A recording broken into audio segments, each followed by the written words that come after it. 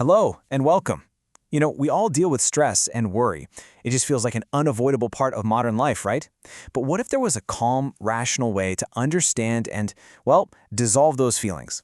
A method that isn't about changing the world out there, but about changing our own minds in here. Today, we're going to walk through a really practical framework that does just that, taking some ancient wisdom and turning it into a guide for the challenges we all face today. So here's our roadmap. We've got 6 parts to our journey today. We'll kick things off by getting to the real root of our worries, and then we'll uncover the core idea for how to handle them. After that, we'll get practical with a 3-step analysis. We'll also touch on a really important warning about feelings of inferiority, and finally, we'll wrap up by looking at some habits you can build to stop worry before it starts and, cultivate a more positive mindset. All right, let's dive right in. To solve any problem, you have to understand it first. It's that simple. So before we can even think about eliminating worry, we need to get to the very root of what it is and where it's actually coming from. So this is the big question that Buddhist thought really starts with. And it might sound profound, but its purpose is actually incredibly practical. The goal is to find that one single origin point for all our anxieties, our frustrations, our pains, no matter how different they might look on the outside. This tradition has a way of categorizing all of life's unavoidable challenges. They're called the 8 sufferings. So let's unpack them. The first 4 are pretty universal and physical. You've got the suffering of birth. And this isn't just about the act of being born, but about entering a life where struggle is pretty much guaranteed. Then there's the inevitable decline of aging, the pain of sickness, and of course the reality of death. The next 3 are more emotional. There's the suffering that comes from being separated from people or things we love. Then, the flip side, the suffering of having to be around what we dislike. Maybe a tough work situation, or just an unpleasant environment. And then there's that constant nagging feeling of unfulfilled desire. Not getting what we want. And the last one, the 8th, kind of wraps it all up. It's the turmoil that just comes with being human, the suffering that comes from our own minds and bodies, which are always changing and ultimately out of our full control. So what's the one thing that connects all 8 of these different experiences? It all boils down to one feeling: powerlessness. We suffer because we can't control aging. We can't stop death. We can't make the world give us everything we want. Just think about it for a second. The moment you can actually solve a problem, it stops being a source of real suffering, doesn't it? If your car breaks down but you know exactly how to fix it, it's just an annoyance, not a deep-seated worry. It's only when you feel powerless over what happens next. That's when worry really digs in. Okay, so this diagnosis leads to a really logical conclusion. If our suffering comes from things we are fundamentally powerless to change, well, then trying to change the external event itself is a losing game. It's impossible. The solution, then, can't be out there. It has to be in here. It must be internal. And here's the core insight, the crucial point. Look, we can't stop the rain from falling, but we don't have to stand out in it getting soaked and complaining about it. Worry and suffering, they aren't the events themselves. They're our reaction to those events. And this whole way of thinking argues that most of our reactions are frankly unnecessary. They're meaningless. They don't add anything. They don't solve anything. So by choosing not to get tangled up in them, we can actually eliminate our own suffering, even when the situation outside of us doesn't change one bit. This is a perfect example. Just picture this. You're at the airport, the security line is crawling along, and you're pretty sure you're about to miss your flight. You feel it, right? That surge of frustration, maybe some anger, a whole lot of anxiety. But just take a breath and look at it rationally. Does getting annoyed make that line move any faster? Does your anxiety have any power to delay the plane's departure? No, of course not. It's a completely meaningless mental reaction. The only thing it actually does is cause you more stress. The truly rational response here is to just observe the situation, accept whatever's going to happen, and protect your own peace of mind. Okay, so how do we actually put this into practice? Because, understanding the theory is one thing, but applying it when you're in the middle of feeling anxious, that's a whole different ballgame. So this next part is all about that. It's a practical 3-step toolkit you can use to analyze any worry as it comes up.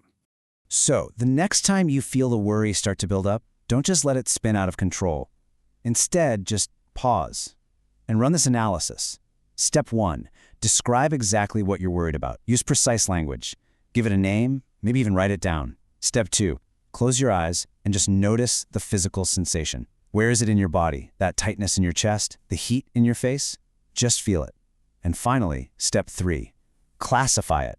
The whole point of this is to take the worry from this big, chaotic feeling and turn it into something structured. something you can actually look at and understand. And you'll find that your worries almost always fit into one of these three buckets. First, you've got desire-based worries. These pop up from having unreasonable expectations, basically from wanting reality to be different than it is. It's that feeling of, why aren't I as successful as them? It's scrolling through social media and feeling like you don't measure up. It's the pain of just wanting things you can't have. Second, there are anger-based worries. These are our reactions to setbacks and frustrations. You know, the driver who cuts you off, the project that fails, the unfair comment from your boss. It's that this shouldn't be happening reaction. And finally, we have delusion-based worries. These are all about imagined futures, almost always negative ones that aren't actually happening right now. It's that endless what-if loop that just plays on repeat in your head. Now, this is a really critical point. The vast majority of our everyday anxiety, it falls into this third category. We spend a huge amount of mental energy just torturing ourselves with these incredibly detailed stories about failure, embarrassment, or some future disaster. We're worrying about a presentation that's still days away, a conversation that might not even happen, a problem that's purely hypothetical. The thing is, these aren't real. They're fictions that our own minds are creating, and just recognizing them for what they are, delusions, that's the first step to being able to let them go. All right, now we need to touch on a specific and, frankly, a particularly damaging kind of suffering that's a lot more complex than just a simple worry.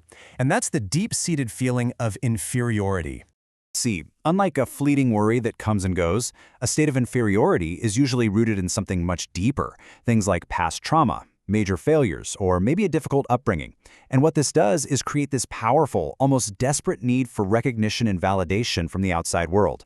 And when that deep need isn't met, the pain it causes can bubble up in some really unhealthy, really destructive behaviors. And that deep-seated pain usually shows up in one of two ways. The first is aggression. This is when someone lashes out. They start blaming the world, their environment, other people for their lack of success. They get stuck in this mindset that everything is unfair and other people only get ahead because of luck or by cheating. The second path is escapism. Here, to avoid the pain of not reaching for their higher goals, they look for comfort in easier, lower desires, turning to things like alcohol, gambling, over-shopping, anything for that quick, temporary feeling of satisfaction. And of course, both of these are really dangerous cycles to get caught in. Okay, so up to this point, we've been talking about how to react when worries pop up. But you know, an even better strategy is to build a mental foundation where they're just less likely to show up in the first place, and that's all about proactive, preventative habits. And the good news is, these habits don't have to be some huge, complicated thing. The advice here is actually remarkably simple. First habit, just go for a walk. Seriously, the simple act of getting up, changing your environment, and moving your body can break that cycle of spinning thoughts. It shifts your focus from that internal worry loop to the world outside. Second habit, look at the vast world. This is all about gaining perspective. Go to a museum, look up at the stars at night, read a history book. When you realize just how huge the world and time really are, it can make your own problems feel a lot smaller and less overwhelming.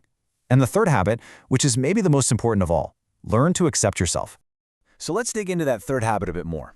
Self-acceptance. It's not about giving up or lowering your standards. It's about seeing reality for what it is.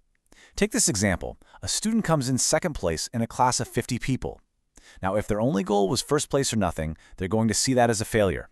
But if they can practice self-acceptance, they can also see the objective truth. They did better than 48 other people. You see, without that acceptance, you literally blind your own real achievements. And true self-acceptance also means recognizing that your life is not some simple contest with one winner and a bunch of losers.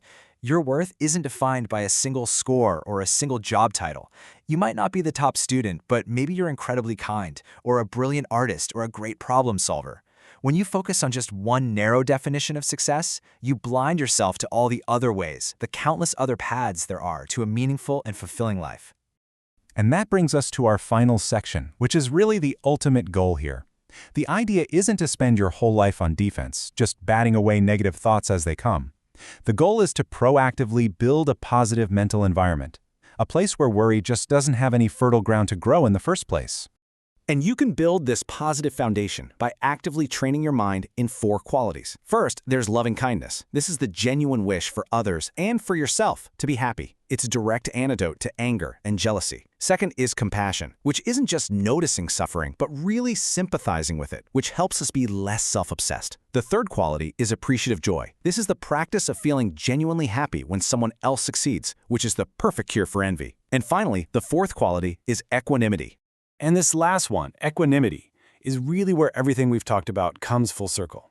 Equanimity is that state of mental calm and balance, even when things get tough. It is the practice of letting go of our attachment to desires, our anger at setbacks, and those delusional fears about the future.